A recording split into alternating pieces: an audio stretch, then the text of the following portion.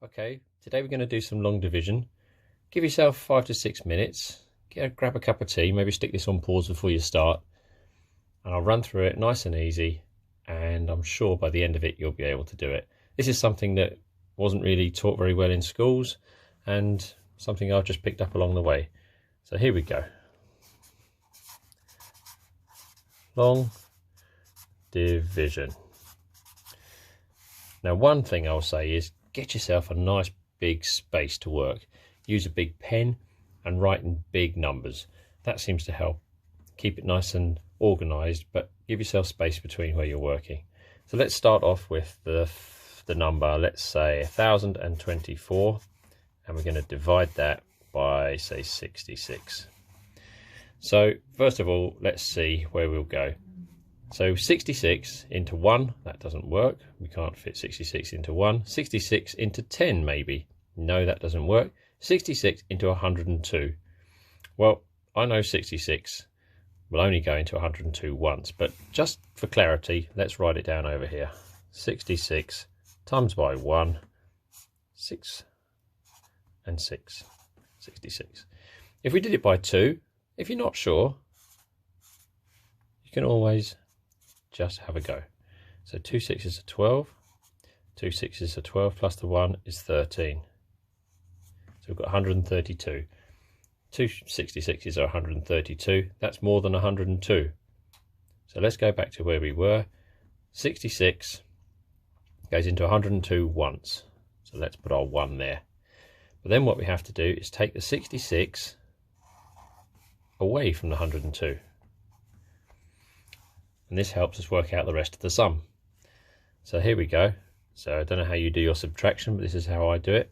So I add 1 there. 12 take away 6 is 6. Because I've added 1 there, I'm going to cross that out and I'm going to turn that into a 9. So 9 take away 6 is 3. Okay.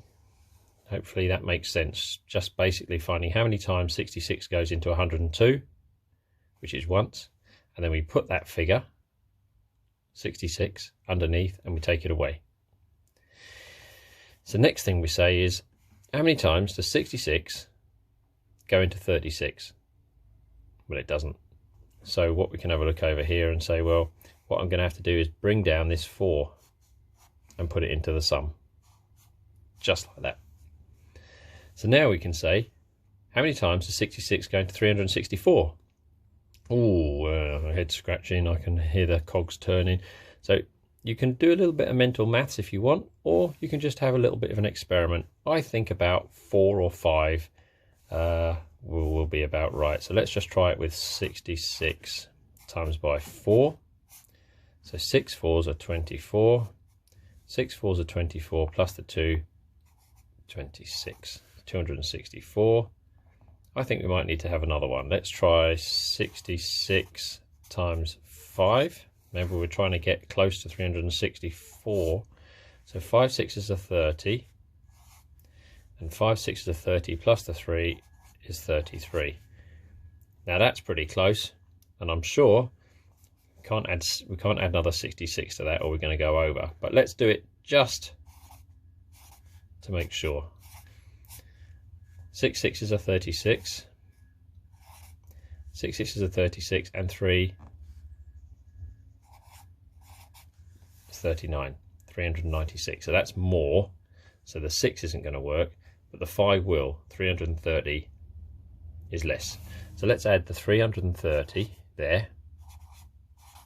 Draw a line under it. Remember, it was 5 lots of 66 are 330. So we put our 5 up here like that. And then we take this away. So 4 take away nothing is 4. 6 take away 3 is 3. 3 take away 3 is 0. We don't have to write that in, but let's just do it just to make it clear. So now we've got to say how many 66s are in 34. Well, I think none. So we've got to do a little bit of trickery now, and this is something that we didn't learn in school, because what they would probably have said is it would be 15 remainder 34, because we've got no more digits here we can use in the sum. So 15 remainder 34. That's not a brilliant measurement, is it? Especially if you need to find exactly how many times 66 fits into 1024. In my job, I need to know exactly. So yes, if you've got a calculator, that's fine. If you haven't, you've got to get the old pen and paper out. So here's a little trick, and this was never taught to me, but it's something I figured out. So now what you can do, rather than use a remainder 34, we have to go a little bit more in depth. So we're going to make a decimal point. You can't put 15.34, that won't work. So what we need to do is we're going to create a phantom 0 here. I'll make a little box like that. I'm going to put my 0 in there. It's a phantom 1. And I'm going to bring that down. I'm going to put it there. Make 340. Now, rather than work it all out again, how many times does 66 go into 340? We can have a quick look at some of our previous calculations. So that's very close, isn't it? 330, 5. I'm going to go with that. So I'm going to put 330 there. And I'm going to put my 5 behind my decimal point. 15.5. That's good enough for most people, but I'd actually like 2 decimal places. So what I'm going to do is work this sum out here. Remember, we minus them off. 340 minus 330. I think we all know what that is, don't we? That's just 10. If you want, you put your zeros in, yeah? But there's the number we really need, is 10. So what we're going to say is, how many times does 66 go into our 10? None. Why don't we make another phantom 0 and bring that down and put it there like that? How many times does 66 go into 100? Well, one lot of 66 is 66, 2 lots is 132, so it can only go in once. Now I'm going to put that there, yeah? So the answer to 2 decimal places is 15.51. Now guess what? Guess what if you needed it to 3? What do you think you're going to add here? How about to 4 decimal places? Guess what you're going to add here? And keep bringing them down, adding them on. How many times does 66 go into each one? Take it away. Follow the same procedure. So let's see how close we were. Let's get the calculator out and see what's what. Okay, so we've got 1024, I don't know if you can see that, there we go, divided by 66 is 15.51. That's pretty good. That'll do for me. So I hope that's helped, and keep practicing. Have a go yourself. Good luck now.